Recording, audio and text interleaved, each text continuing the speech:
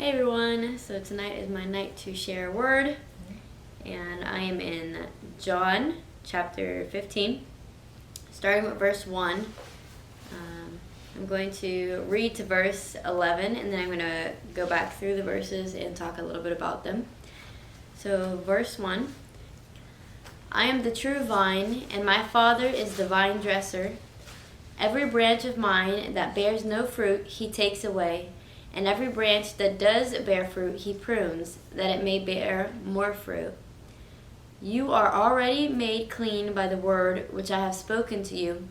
Abide in me, and I in you, as the branch cannot bear fruit by itself, unless it abides in the vine. Neither can you, unless you abide in me. I am the vine, you are the branches. He who abides in me, and I in him, he it is that bears much fruit. For apart from me, you can do nothing. If a man does not abide in me, he is cast forth as a branch and withers, and the branches are gathered, thrown into the fire, and burned. If you abide in me, and my words abide in you, ask whatever you will, and it shall be done for you. By this my Father is glorified, that you bear much fruit, and so prove to be my disciples. As the Father has loved me, so I have loved you. Abide in my love. If you keep my commandments, you will abide in my love, just as I have kept my Father's commandments and abide in his love. These things I have spoken to you, that my joy may be in you, and that your joy may be full. And so, going back to verse 1, where it says, I am the true vine, and my Father is the vine dresser. And I wanted to focus on the word, the vine dresser. So I looked it up. What is a vine dresser? What is their job? And this is what I found. It says a person who cultivates and prunes grapevines. Vine dressers are agricultural specialists who oversee the propagation, planting, pruning, and tending of grapevines in a vineyard. Their goal is to optimize the quality and abundance of grapes used in wine and food products. So essentially, the vine dresser is somebody who's supposed to tend to the vine and make sure that it is producing the amount of grapes that it should be producing, or even helping it to produce more. And then this goes into verse 2. Every branch of mine that bears no fruit, he takes away. And every branch that does bear fruit, he prunes, that it may bear more fruit. You are already made clean by the word which I have spoken to you.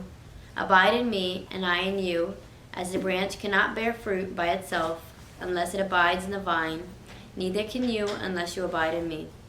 And so you can easily compare this to, if you had a tree, or if you had a grapevine or anything like that, and you see that one of the vines are not being fruitful and they're not producing anything, and you know that if you cut it off, that another vine could potentially grow that would bear fruit, you'd cut it off. And so that's what he's saying here. Every branch of mine that bears no fruit, he takes away. And essentially, we are the branches, so we who bear no fruit will be taken away from the vine.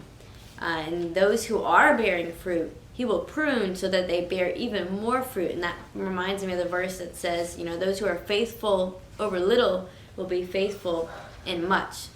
So those who are being fruitful, when God prunes them, they will become even more fruitful. And then I'm going to read verse 4 one more time and then go to 5. Abide in me, and I in you, as the branch cannot bear fruit by itself unless it abides in the vine. Neither can you unless you abide in me.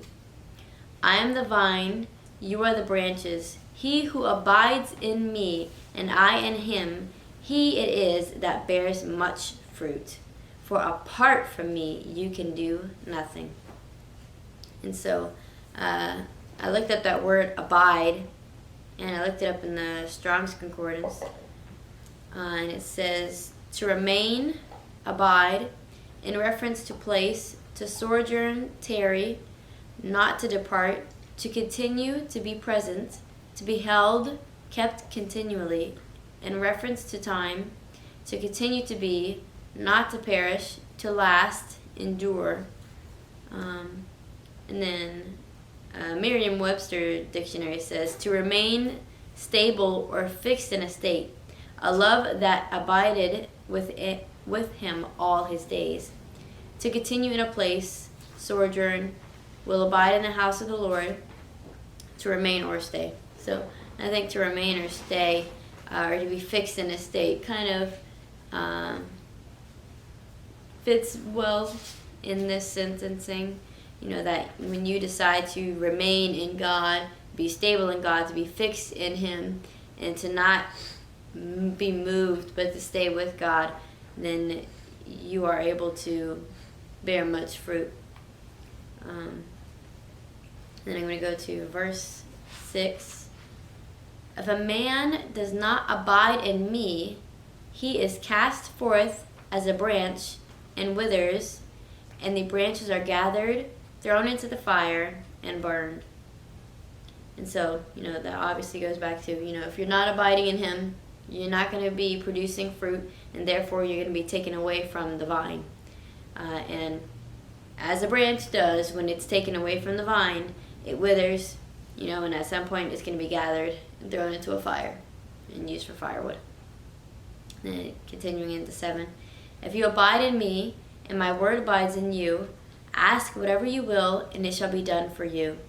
By this my Father is glorified, that you bear much fruit, and so prove to be my disciples.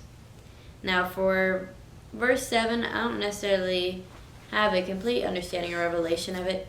When he says, ask whatever you will, like, is he really saying, ask whatever you want? Or is he saying, ask according to his will, whatever it is that you want, and it shall be done for you.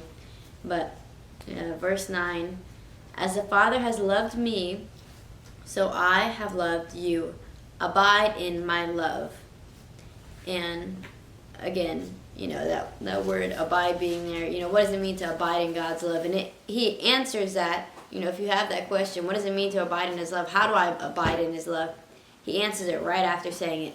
If you keep my commandments, you will abide in my love, just as I have kept my Father's commandments and abide in His love. And that was something that I didn't notice it whenever I had first read this, because I actually had a necklace that said this, that said, as the Father has loved me, so I have loved you, abide in my love. And I questioned that one day. I was like, how do you abide in His love? What does that mean to abide in His love? And I didn't realize it, but the very next verse explains flat out, saying, if you keep my commandments, you'll abide in my love. Just as I have kept my Father's commandments and abide in His love. So if you keep God's commandments, if you are abiding in Him and remaining in Him, doing what it is that He's asking you, then you're going to abide in His love. So then, verse 11, these things I have spoken to you, that my joy may be in you, and that your joy may be full. So I think this is a good reminder to those who are walking with Christ, who, you're not 100% sure if you are completely giving everything to God, or if you are producing like you should be, or this can be kind of like a reevaluation. Am I actually abiding in God's love? Am I letting Him use me to the best of His ability? Am I allowing Him to prune me? Am I being a branch that is, not producing anything and could potentially be cut off from the vine? So I think this is a good reminder to allow God to prune you, because we all go through seasons, and we can either choose to fight the season of pruning, or we can choose to allow Him to prune us so that we could bear more fruit and do what it is that He's asking us to do. But this is, what I felt like the Lord told me to read, when I was praying and asking God what He wanted me to read. John 15 came to me, just being part of the vine, and being fruitful and doing what it is that He wants us to do as disciples. Does anybody else have anything that they'd like to add to it? I hope you guys all enjoyed the word for tonight, and that you guys all have a blessed night.